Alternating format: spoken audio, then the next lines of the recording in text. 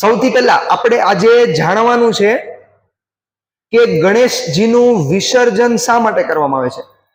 ગણેશ વિસર્જનનું રહસ્ય શું છે? કોઈને ખબર છે? ગણપતિજી આપણે બેસાડીએ છીએ, 10 દિવસ માટે ગણપતિજી આપણે બેસાડીએ છીએ અને 10 દિવસ પછી આપણે ગણપતિજીનું વિસર્જન કરી નાખીએ છીએ. એટલે કે ગણેશ ચતુર્થીના દિવસે આપણે ગણપતિ બેસાડીએ અને અનંત ચતુર્થી આવે ત્યારે આપણે ગણેશજીનું વિસર્જન કરી નાખીએ. તો ગણપતિને આપણે બેસાડ્યા એ તો આપણને સમજાઈ ગયું. ગણેશજીની આપણે 10 દિવસ પૂજા કરી, આરતી કરી, એ આપણને સમજાઈ ગયું. પણ 10 દિવસ પછી શું કામ ગણેશજીનું વિસર્જન કરવામાં આવે? શા માટે ગણેશજીને આપણે પાણીની અંદર પધરાવી દઈએ છીએ? તો એની પાછળનું એક પૌરાણિક કથા છે આપણી. શાંતિથી સમજજો. સૌથી પહેલા તમને બધાને ખબર છે કે મહાભારતના રચયિતા કોણ છે?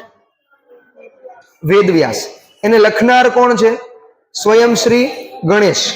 હવે વેદવ્યાસજી ગણેશજીને સંપૂર્ણ મહાભારત સંભળાવતા હતા કે ભાઈ મહાભારતમાં આમ હતું, આમ હતું, આમ હતું.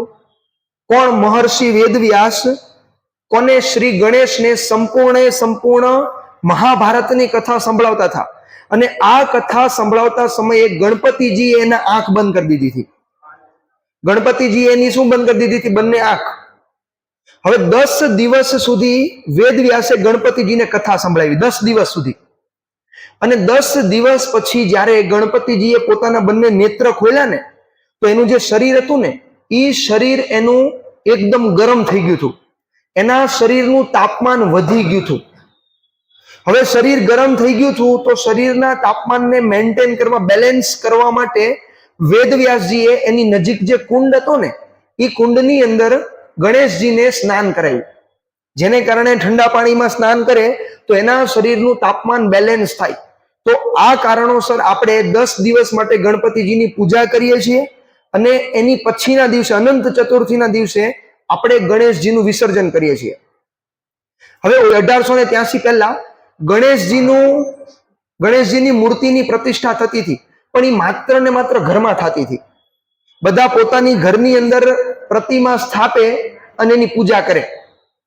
પણ 1883 પછીની સાલમાં જ્યારે અંગ્રેજોએ શાસન કરતા હતા આપણા અહીંયા, જ્યારે અંગ્રેજો આપણા દેશની અંદર શાસન કરતા હતા, તો એ લોકોનો એક નિયમ આવ્યો હતો કે 3 વ્યક્તિ અને 4 વ્યક્તિથી વધારે કોઈ દિવસ કોઈ ભેગું ન થવું.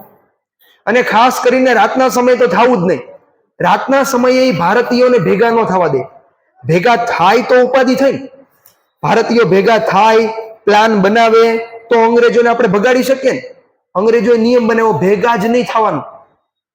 આવા સમયે બાળ ગંગાધર તિલક એણે એક વિચાર કર્યો, આપણે છે ને ગણેશજીની સ્થાપના કરીએ. આપણે ગણેશજીની સ્થાપના કરીએ. પછી મુંબઈની અંદર ગણેશજીની સ્થાપના કરવામાં આવી, જેની અંદર હજારો માણસો જોડાણા. અને ઈ બાને, ગણેશજીની સ્થાપનાના બાને લોકો ત્યાં ભેગા થતા અને વિવિધ પ્રકારના પ્લાન બનાવતા કે આવી રીતની પરિસ્થિતિઓ સર્જાણી છે, તો આમાંથી બચવા માટે આપણે કેવા ઉપાયો કરી શકીએ. અને ભગવાનને બેસાડ્યા હતા અને આ કારણોસર એ લોકો પોતાના વિવિધ કાર્યો સફળ કરી શકતા. અને ત્યારથી ને લઈને મહારાષ્ટ્ર, મુંબઈની અંદર સૌથી વધારે ગણેશ ચતુર્થીનો મહિમા છે. સૌથી પહેલા ગણેશ ચતુર્થી જો સામૂહિક રીતે ઉજવણી હોય તો મહારાષ્ટ્રમાં.